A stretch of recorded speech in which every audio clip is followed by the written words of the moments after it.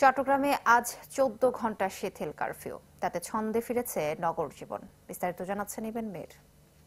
চট্টগ্রামে আজকে ভোর ৬টা থেকে রাত ৮টা পর্যন্ত কারফিউ শিথিল রাখা হয়েছে এবং এই যে শিথিলের সময় সেটি কিন্তু আসলে এক এক দিন যাচ্ছে আর এক একটু করে সময় বাড়ছে, যার কারণে মানুষের মাঝে যে স্বাভাবিক হওয়ার জনজীবন স্বাভাবিক বলতে গেলে অনেকটাই স্বাভাবিক। এখন এই যে আস্তে আস্তে ধীরে ধীরে সময় বাড়িয়ে মানুষকে জনজীবন একেবারে স্বাভাবিক করে দেওয়ার যে প্রক্রিয়া সেটিতে আসলে মানুষ সন্তুষ্ট জানিয়েছে। এবং এই মুহূর্তে কিন্তু চট্টগ্রাম নগরী আজকে যেহেতু সরকারি বন্ধের দিন, যার কারণে রাস্তায় যানবাহনের সংখ্যা কিছুটা কম রয়েছে, তবে মানুষ একেবারেই সব ধরনের যানবাহন।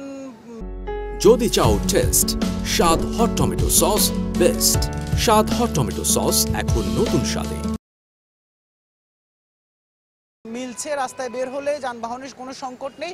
গেল কয়েকদিনের মতোই কিন্তু আজকেও আইন শৃঙ্খলা বাহিনীর তৎপরতা রয়েছে, তবে মোড়ে মোড়ে তল্লাশির যে বিষয়টি সেটি আপাতত যখন কারফিউ শিথিল থাকে সে মুহূর্তে আসলে মোড়ে মোড়ে তল্লাশির যে কার্যক্রমটি সেটি আইন শৃঙ্খলা বাহিনীর পক্ষ থেকে কিছুটা শিথিল করা হয়, যেন মানুষের কোনো হয়রানি ভোগান্তির শিকার হতে না হয়।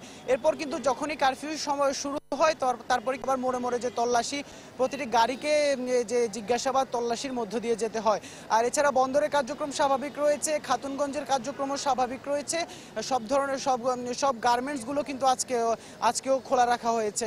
তবে ধীরে ধীরে যে স্বাভাবিক কার্যক্রম সেটিতে ফিরছে এবং মানুষের মাঝে যে স্বস্তি সেটিও ফিরছে। আর নগরবাসী যেটি বলছে যে যেভাবে আইনশৃঙ্খলা পরিস্থিতির উন্নতি হয়েছে, সংঘাত সহিংসতা থেকে মানুষ বের হয়েছে, মানুষের মাঝে যে স্বস্তি ফিরেছে এটি ধরে রাখা দরকার।